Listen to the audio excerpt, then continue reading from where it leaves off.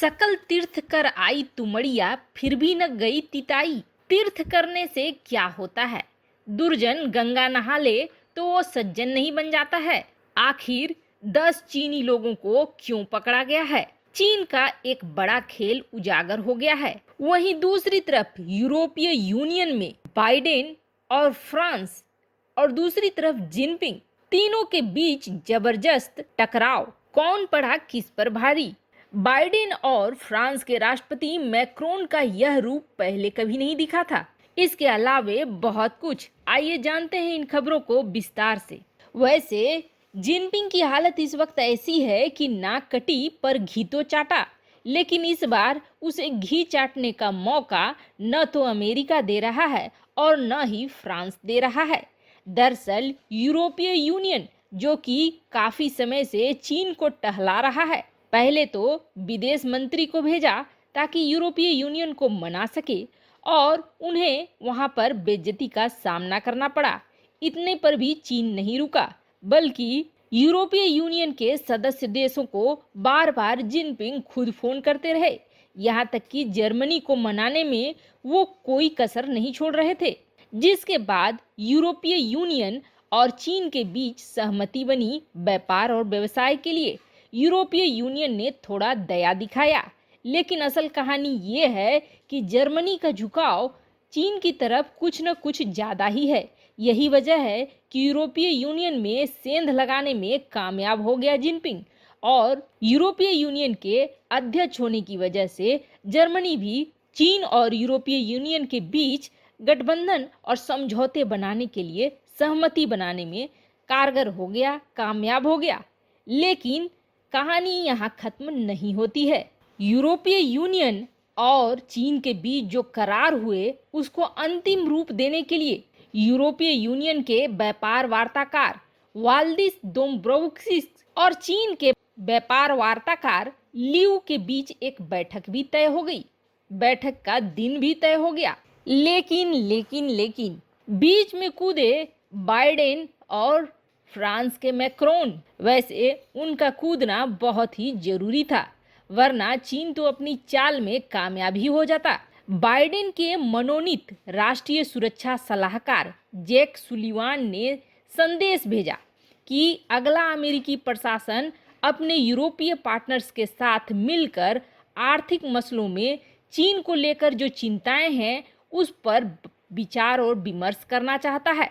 अब जैसे ही ये खबर मिली वैसे ही ये बैठक चली गई तेल लेने, और जिनपिंग के चेहरे से तोते उड़ गए, क्योंकि इसके पीछे भी कारण है। कारण यह है कि ये आशंका पहले से जताई जा रही है कि अगर यूरोपीय यूनियन ने अलग से समझौता कर लिया तो यह कदम चीन के मामले में यूरोप के साथ मिलकर जो राष्ट्रपति बाइडेन ने सोचा है साझा रणनीति बनाना, वो तो बिल्कुल बर्बाद हो जाएगा। इसलिए बाइडेन ने यहाँ अपनी टांग अड़ा दी, और इन खबरों के बाद फ्रांस ने तो साफ साफ ऐलान कर दिया कि वह चीन के साथ होने वाले किसी भी निवेश समझौते का समर्थन नहीं करेगा। फ्रांस के व्यापार उपमंत्री फ्रैंक रिस्टर ने पेरिस के अखबार लामोंड से कहा कि अगर जबरिया मजदूरी खत्म करने की दिशा में हम नहीं बढ़ सकते हैं तो फ्रांस को चीन में निवेश सुविधा प्राप्त करने में कोई रुचि नहीं है। वैसे आपको बता दें, आधिकारिक रूप से तरह तरह की बातें भले इस्तेमाल कर रहा है फ्रांस, लेकिन फ्रांस का एक ही मकसद है चीन के खिलाफ खड़ा होना।